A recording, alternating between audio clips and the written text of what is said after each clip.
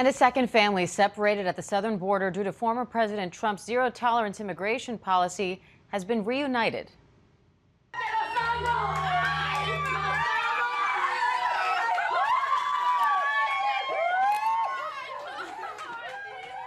The mother from Honduras cried tears of joy, hugging her sons for the first time in more than 3 years, surprising them at a family gathering. She was held in ICE custody for nearly 2 years before being deported.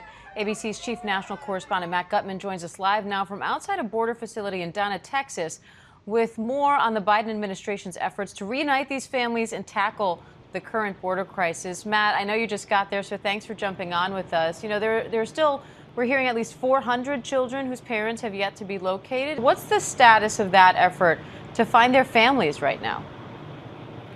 Right. So, Diane, family separation no longer exists as a policy. The Biden administration says there are many hundreds that remain separated, and their first task is to find out who they are. So they're going through the process of identifying all these people, and then they will assess whether or not these people want to be reunited, and if so, how they can go about doing that. Just this week, we saw those incredibly moving images just now. Just this week, 4 families reunited, and you can imagine the joy that these families are feeling from these reunifications. But all that joy is offset by the years of torment and misery that these people suffered when they were forced to separate unwillingly.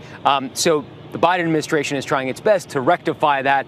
It's slow going right now. Again, just 4 out of many, many hundreds, but at least the process has begun, Diane. And meanwhile, Matt, there are thousands more migrants in U.S. custody now, many of them also unaccompanied minors. Yeah. So I know you're going inside one of the holding facilities today. What's the latest on tackling that part of this crisis, and what are you expecting to see? So the last time I was at this facility, I've never been inside.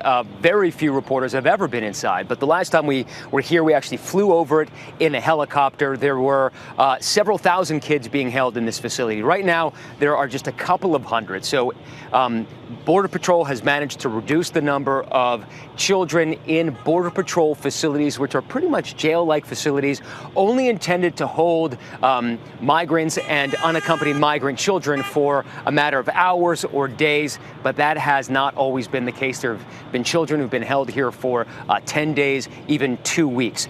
That's what they're trying to change. We are also seeing, though, on the other side, that when these kids are moved to more to shelters that are better equipped to handle children for the long term, a couple of weeks or a couple of months, the number of those children has soared to over 22,000, doubling the number that it was in late March. So that number has grown. They're still dealing with that, trying to ensure that these kids can be reunited with family members or sponsors here in the United States. So the administration is not quite out of the woods yet in terms of making sure that these kids are fully and adequately treated as they go through the process of migration in the United States, but it is trying, and it is showing us for the first time this particular facility today, which it is proud of, at least the progress right here in this one. Diane.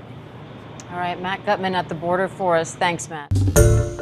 Hi, everyone. George Stephanopoulos here. Thanks for checking out the ABC News YouTube channel. If you'd like to get more videos, show highlights, and watch live event coverage, click on the right over here to subscribe to our channel. And don't forget to download the ABC News app for breaking news alerts. Thanks for watching.